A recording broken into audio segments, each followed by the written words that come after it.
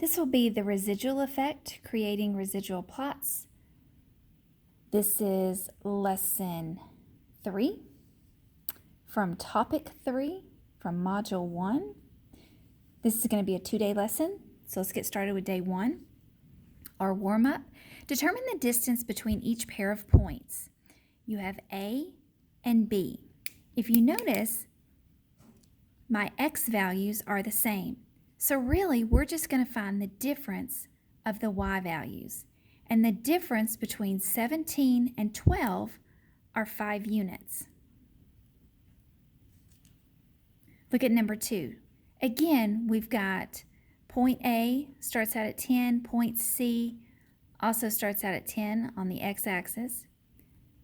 But here I'm going from 12 to 7, still a difference of 5 units. Number 3, is point A closer to point B or is it closer to point C? Well, it's equidistant. Both of them are 5 units away. So it'd be equidistant.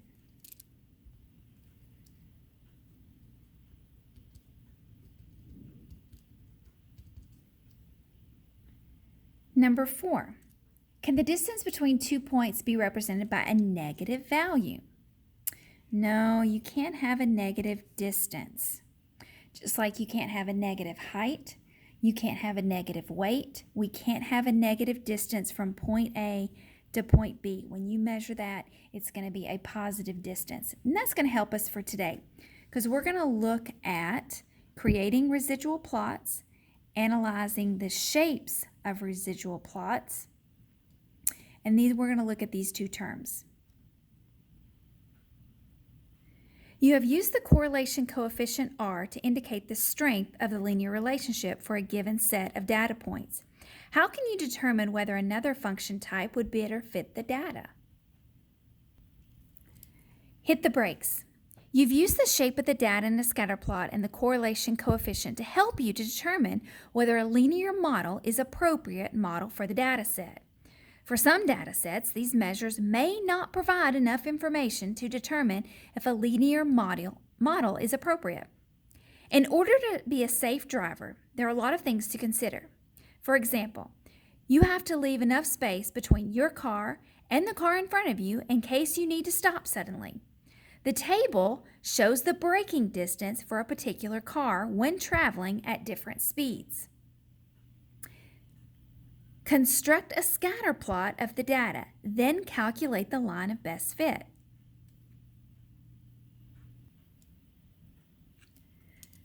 So we can set the x-axis going by tens. We can set the y-axis maybe going by 40, 80, 120. So if I plot these points, I've got 30 and 48.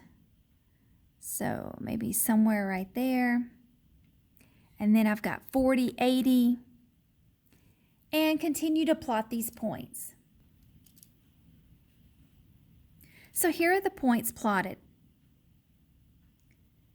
The next thing you want to do is grab your calculator to calculate the line of best fit, or you can take a straight edge and try to go through these data points the best you can. Let's take our graphing calculator to enter these in our statistics. So hit your stat button and we're going to edit. L1 is going to be my independent.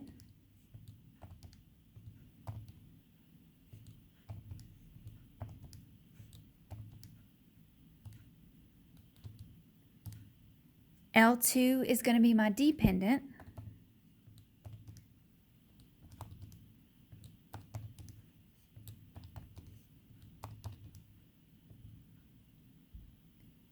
Once we have this situated, we're going to calculate our linear regression. So go to Calculate, hit number 4, Linear Regression. And I'm noticing that my R, or my R squared, is not popping up. So I need to turn my diagnostic on. So I'm going to go down here to Catalog, and I'm going to hit Second, Catalog, go down to where you find Diagnostic with a D as in dog. and turn it on. Turn on the diagnostic, and we just keep hitting enter. Then we go back to statistics, calculate that linear regression again. Now I have my R squared and my R. So 0.99, that is good to tell me that we have a good linear regression. R squared, my coefficient of determination, 0.976, looks pretty good.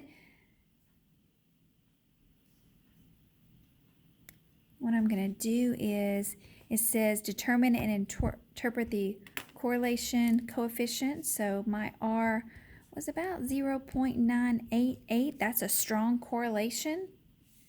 Number 3, write a function to represent the braking distance. We're going to use ds. Given the speed of the car is s, interpret the function in terms of the problem situation. So we're going to use our linear regression that we came up with.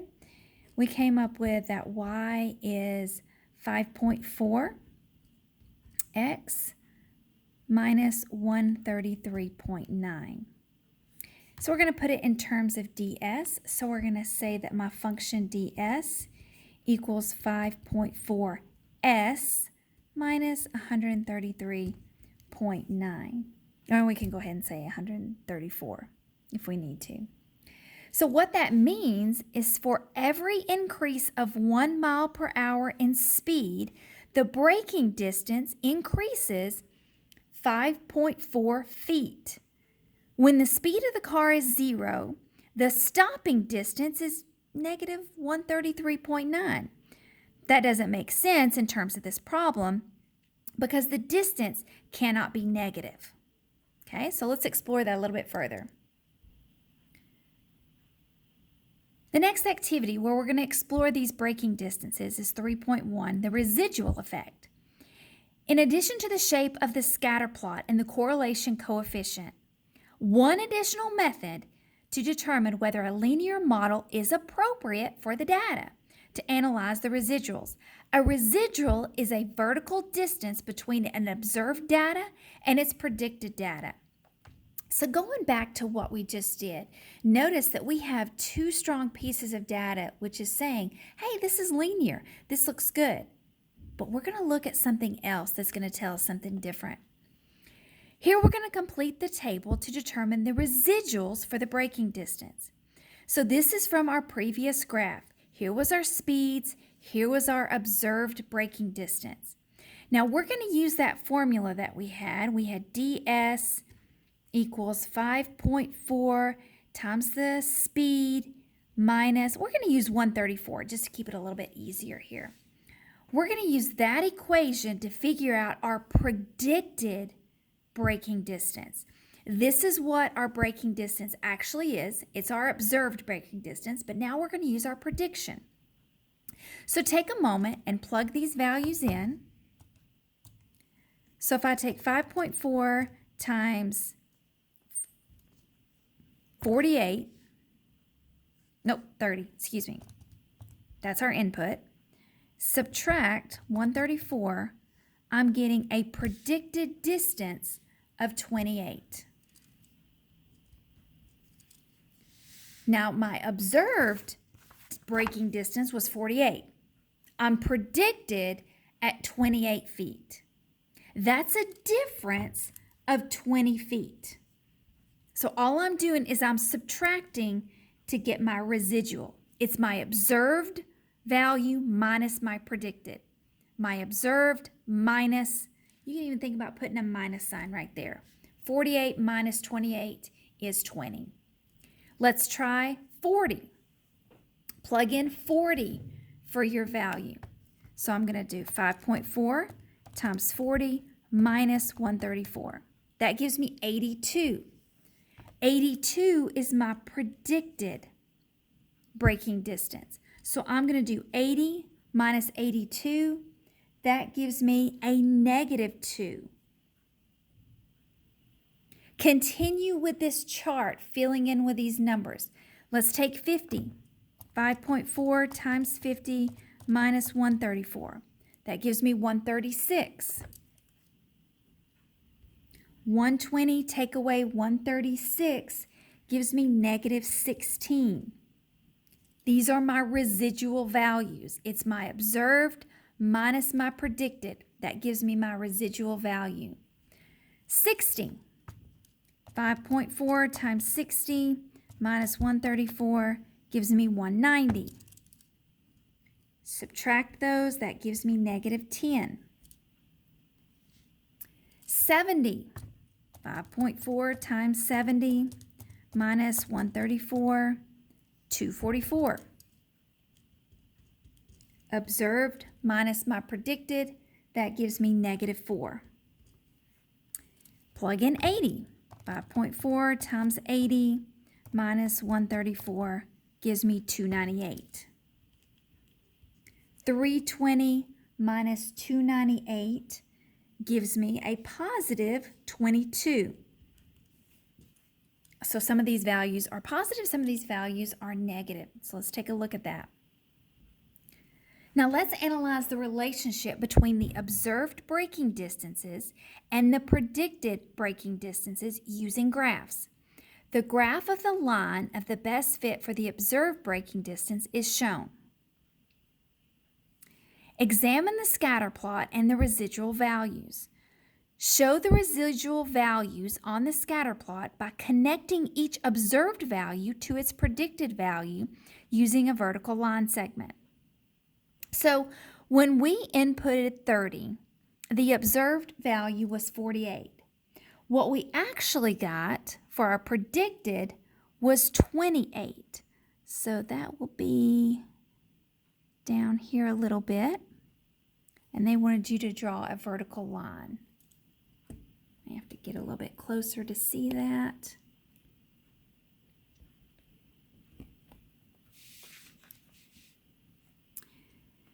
For 40, the observed value was 80, but were predicted at 82, so that's not much of a difference, maybe just a little bit of a vertical line there.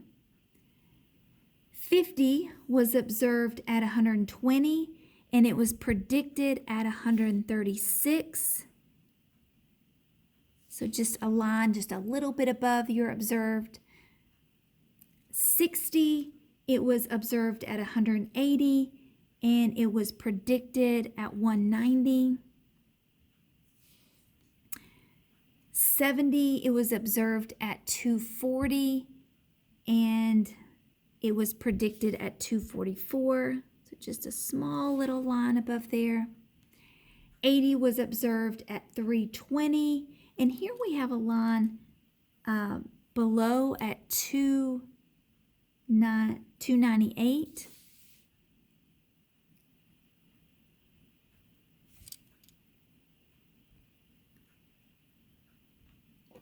So if you notice, we drew this line below the observed dot, and this one is below the observed dot.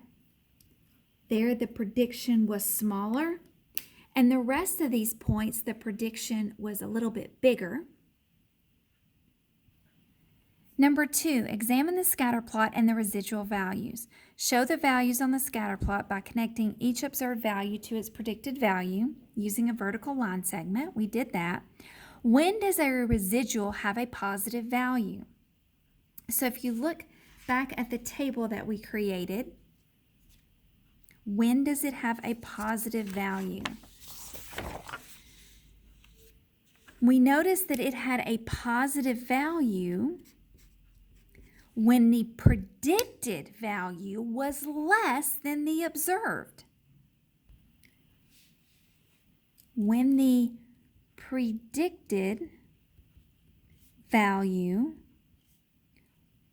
was less than the observed value.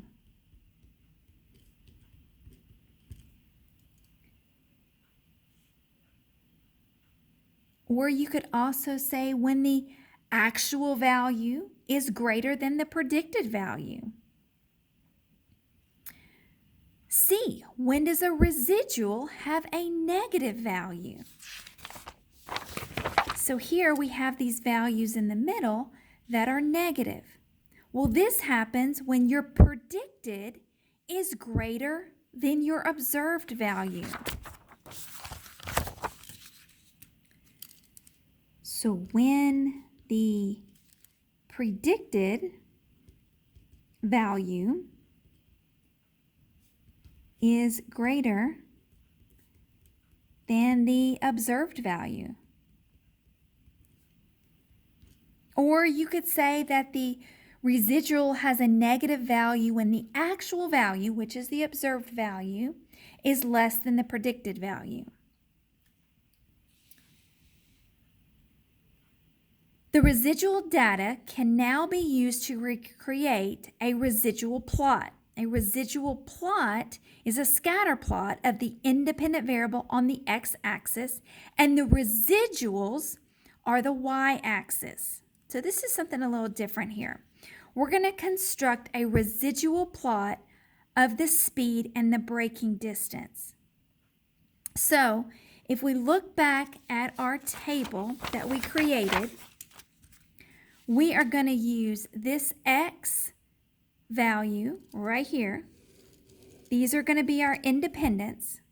And then we're going to use these residual values as my y's. Okay, so 30 and 20. So 30, positive 20, make a point. Go back to the chart. We have 40, negative 2. 40, negative 2 down there. 50, negative 16. 50, negative 16. 60, negative 10. 60, negative 10. 70, negative 4. 70, negative 4. And 80 and 22. 80, positive 22. So it should look something like this. This is a residual plot.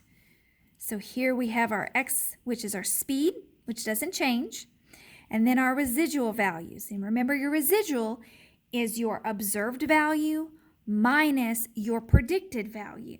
And that predicted value came from our line of regression. So here we have this residual plot that we're going to look at and we're going to analyze. Let's answer these questions. Number 4, interpret each residual at the context of the problem situation. So at 30 miles per hour, the braking distance is 20 feet greater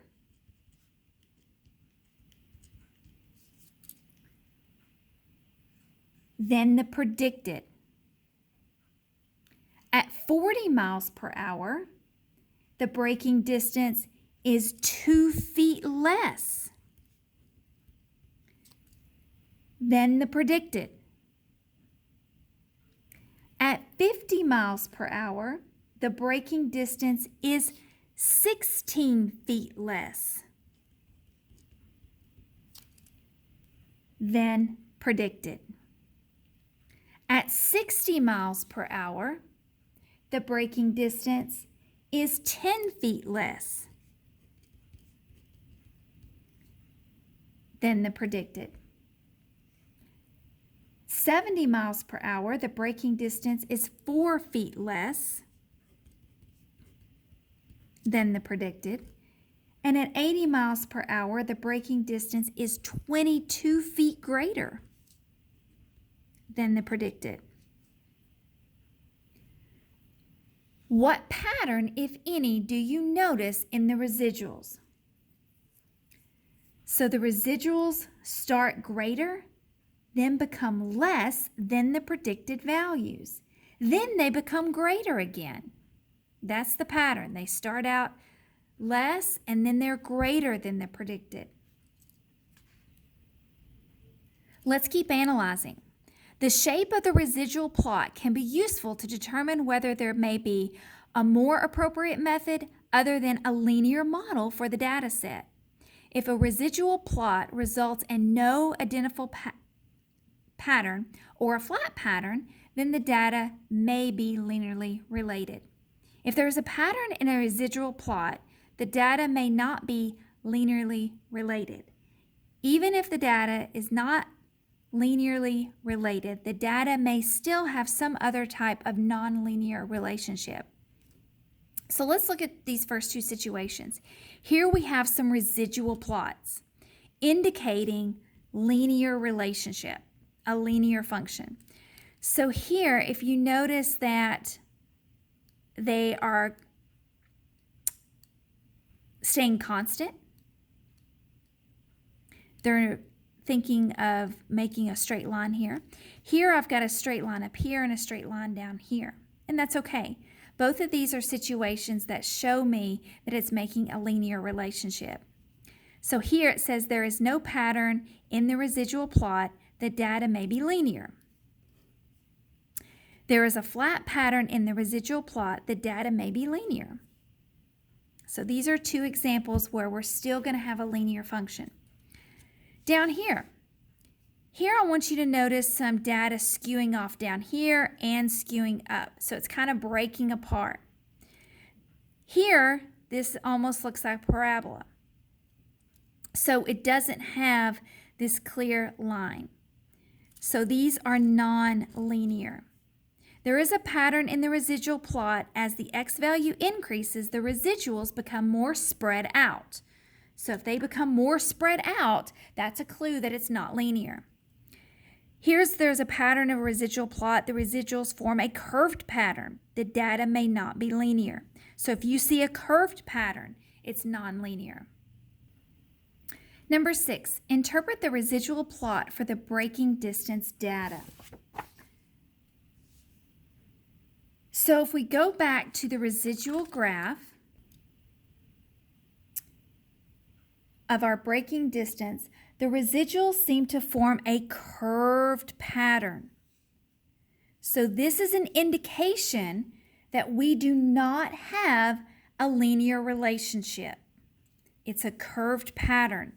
So this residual plot is telling me that it's not linear.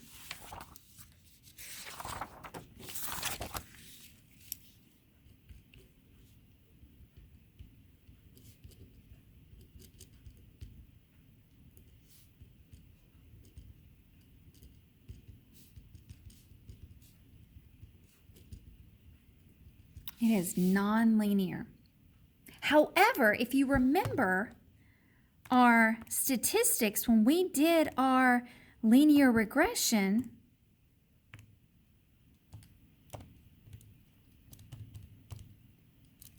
we had a great correlation here.